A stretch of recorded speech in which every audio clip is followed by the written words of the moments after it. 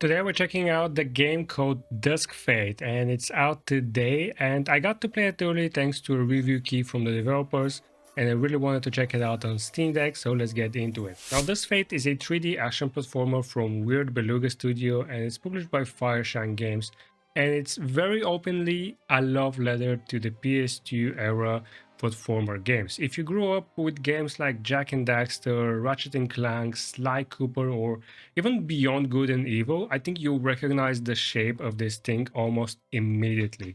It has a colorful world, a sidekick that follows you around, collectibles in every corner, and a story that goes to heavier places than the art style suggests and than I originally anticipated. I checked this game a couple of months back during Steam Next Fest and I featured it in my video of games that I really want to play once they come out. And I really had a blast with the demo, and the full game does not disappoint. You play as Zirian, a kid from Ticktown whose world gets dropped into an eternal night when a clock tower appears and his sister disappears inside it. You have this sidekick called Cuckoo, which is a clockwork bird.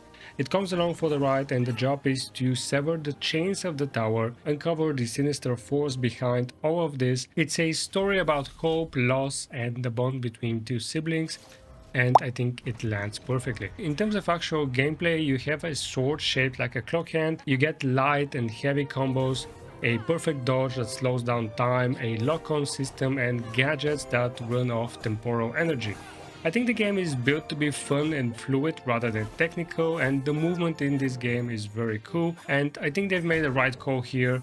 The enemies come in a lot of different types, and each one has a slightly different approach to defeat it, and there's a ton of different biomes which have two bosses each, which have multiple different phases to that, so the game really goes hard. My initial impression was that this is going to be a fun little game, but it actually has a lot of depth to it. Now, in terms of performance on the Steam Deck, it doesn't really run at perfect 60 FPS, but they have developed this with Steam Deck in mind. First of all, in the settings, for the controller settings, you can actually select Steam Deck as your controller type, and the on-screen glyphs will actually change and match the buttons on the Steam Deck. Not a lot of games bother to do that. I find it really cool that these developers have targeted the Steam Deck as a platform.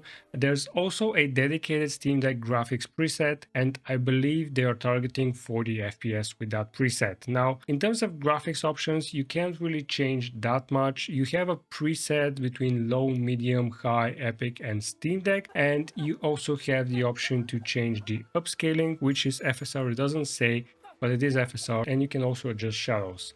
Now, I tried all the different presets, I tried to tune some of the settings, and really the realistic FPS that we can get out of the settings, even on the lowest one, is about 45 to 50 FPS. It can go to 60 at certain places, but there are some biomes and some zones where it will drop even below 40. So I think what they've done with their Steam Deck preset is actually a pretty sweet spot. I personally decided to cap the game to 45 FPS because sometimes I will be able to get 45 FPS, sometimes it will drop to 40 FPS, but I think it's a pretty good balance, and I've gone with the Steam Deck preset, 45 FPS cap, and the upscaler, I've set that to balanced. Now, cinematics in this game are rendered at 30 FPS, so you can expect a bit of drop whenever a scene kicks in.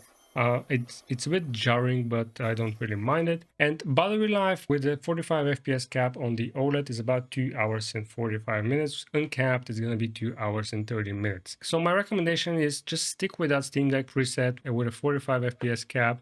And because we're able to reach 40 to 45 FPS consistently, this game is actually a good candidate to try lossless scaling frame gen with it.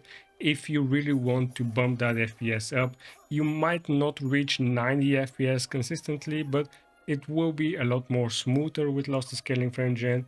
If you really want that extra smoothness, that is always an option, but I think even at 45 FPS, this is a really good experience. 40 to 45 FPS on the Steam Deck for this type of game is actually really good. So overall, Duskfade is a good time on Steam Deck. The fact that they have tried to target some kind of FPS and they have made their own Steam Deck preset, I really like that, and it gets you a solid experience with decent battery, and I think the game itself is well worded. if PlayStation 2 era platformers are your type of thing. It's $23.99 and it's a 20% off right now, and I absolutely recommend checking it out and playing it on the Steam Deck. That's gonna be it for this video. If you guys enjoyed it, consider leaving a like. If you hated it, leave a dislike and let me know what I can do to improve. And if you're into Steam, Steam Deck, Steam hardware, and gaming handhelds, consider subscribing to the channel. Thanks for watching, and I'll see you in the next video.